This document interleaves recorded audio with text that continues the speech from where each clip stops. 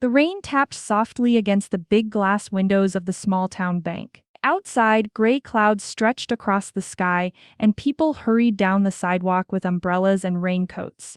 Inside the bank, everything was quiet except for the low hum of computers and the clicking of a keyboard. Emily sat at the front desk, a warm smile always ready on her face. She was in her late 20s, with soft brown hair pulled back in a ponytail.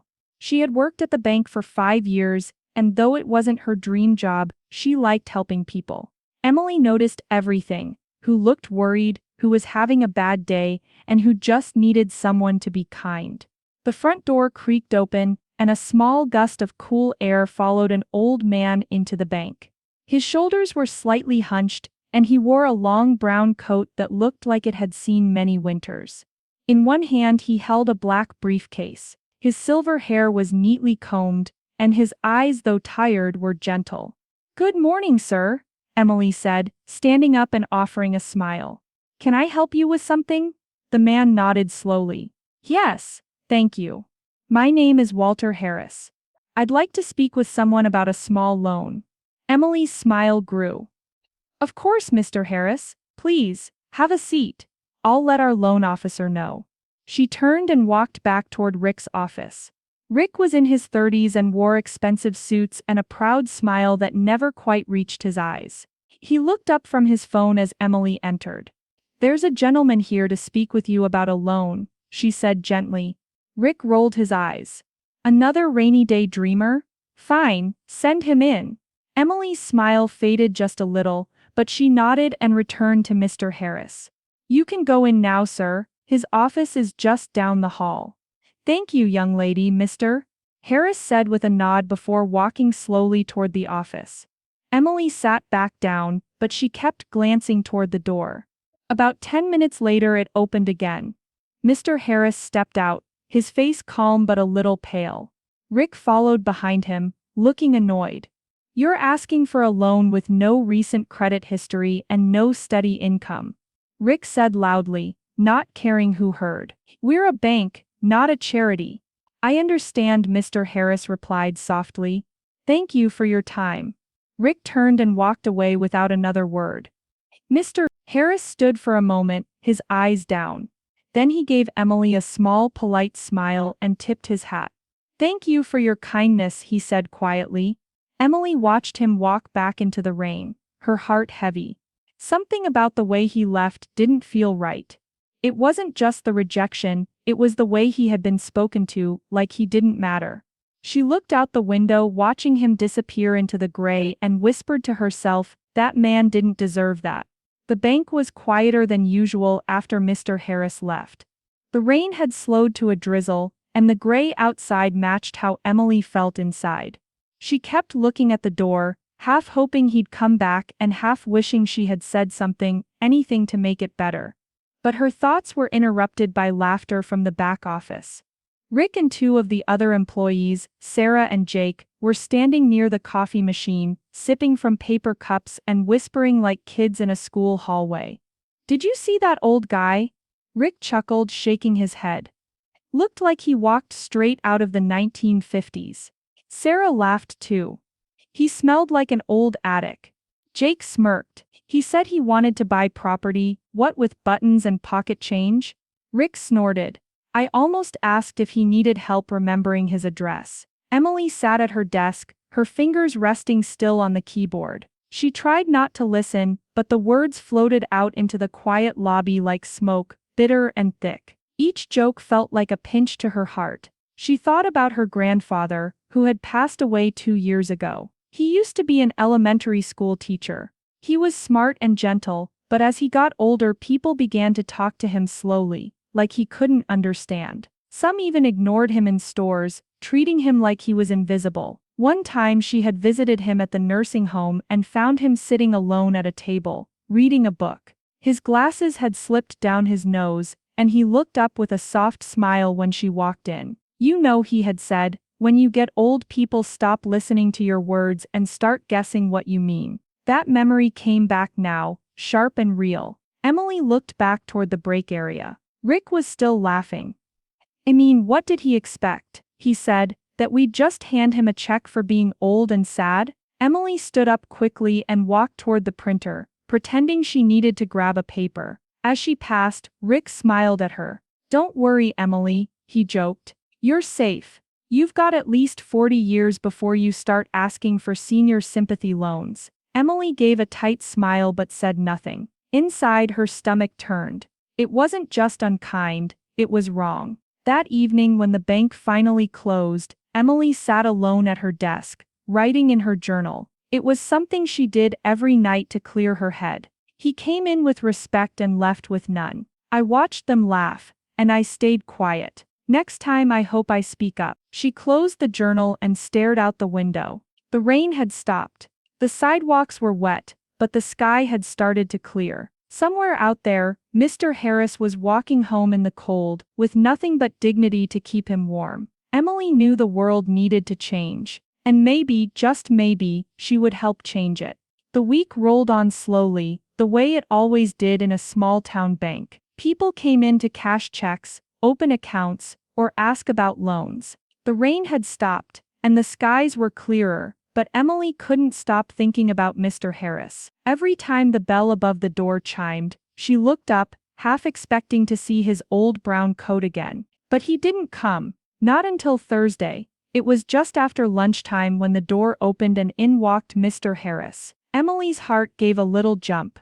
There he was, wearing the same coat, carrying the same black briefcase. But something about him was different. His shoulders were straighter, his steps were slower, but stronger. He looked like a man who had made up his mind. Emily stood up quickly. "Good afternoon, Mr. Harris," she said, her voice gentle. "It's good to see you again." He smiled at her, kind and calm.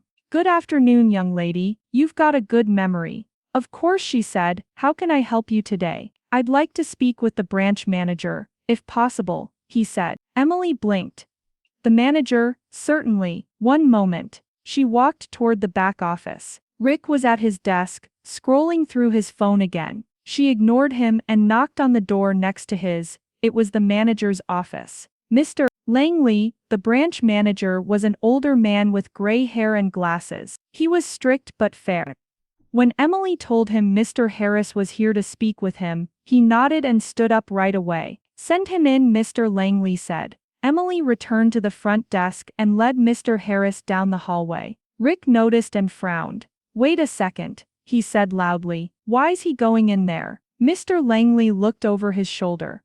"Because I invited him in, Rick. Go back to your work." Rick's face turned red, but he said nothing. Mr. Harris stepped into the office and closed the door gently behind him. Emily sat back at her desk, a little smile on her face. Something told her this visit wasn't about another loan. 15 minutes passed, then 20. People came and went. Rick kept pacing back and forth like a cat who couldn't get comfortable. Emily kept glancing at the door. Finally, the office door opened. Mr. Harris stepped out with Mr. Langley behind him, both smiling and shaking hands. "Thank you for your time," Mr. Harris said kindly. "No, Mr. Langley replied, shaking his head. "Thank you, Mr. Harris." Emily watched as Mr. Harris walked back to the front desk. "I'll be needing the contact information for the owner of this building," he said to her calmly. "The building?" Emily repeated, surprised. "Yes," Mr. Harris said. "I'd like to buy it." Emily stared at him, blinking. He smiled and gently tapped the briefcase in his hand. "I believe it's time," he said softly, "for a little change around here." The news spread through the bank like lightning. Whispers turned into gasps. People peeked out of their offices. Sarah dropped her coffee cup. Jake's jaw hung open. But no one looked more shocked than Rick. "What do you mean he's buying the building?" Rick asked, standing in the middle of the lobby, like he owned it. Emily didn't answer. She just sat at her desk, heart thumping, trying to process what had just happened. Mr. Harris, the same man Rick had laughed at and called crazy, was about to become the building's new owner. Mr. Langley stepped out of his office a few minutes later with a serious look on his face. "The paperwork is being sent over now. Mr. Harris is paying in full." "In full?" Rick said, his voice rising. "That's impossible. That old man doesn't have that kind of money." Mr. Langley adjusted his glasses. Mr. Harris was a well-known engineer back in the day. He invested wisely and owns several properties in other towns. He's been planning this for months. Rick looked like he had been hit with a cold bucket of water. He opened his mouth, then closed it again. Emily tried not to smile. She wasn't the type to celebrate someone else's embarrassment, but this wasn't just about being right. It was about fairness, respect, dignity. The things Mr. Harris had been denied when he walked in the first time. Later that day, Mr. Harris came back with a few documents and sat with Emily while waiting for the building owner's lawyer to arrive. "You were kind to me," he said, setting his briefcase on the floor, "even when the others weren't." Emily felt her cheeks warm. "You didn't deserve the way you were treated, sir." Mr. Harris nodded slowly. "Many people think that growing old makes you small. But I've learned that time doesn't take away your worth. It just changes how people see you." Emily looked at him carefully. "Why buy the building? Why now?" He smiled gently. "Because when the world forgets you, sometimes you need to remind it who you are."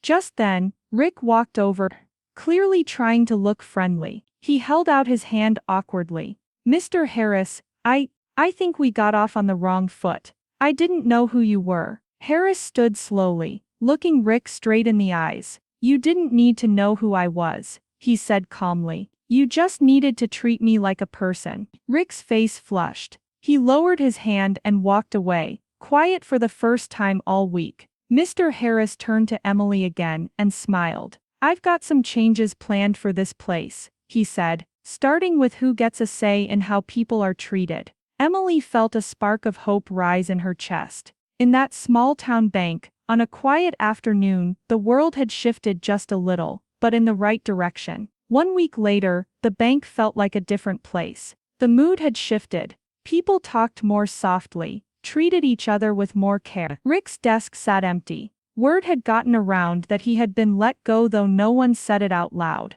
The truth was clear. Mr. Harris had bought the building, and Rick's attitude had finally caught up with him. Emily had been nervous at first. She didn't know what Mr. Harris's plans were, or if he would want to make big changes. But on Monday morning, Mr. Langley called her into his office with a warm smile.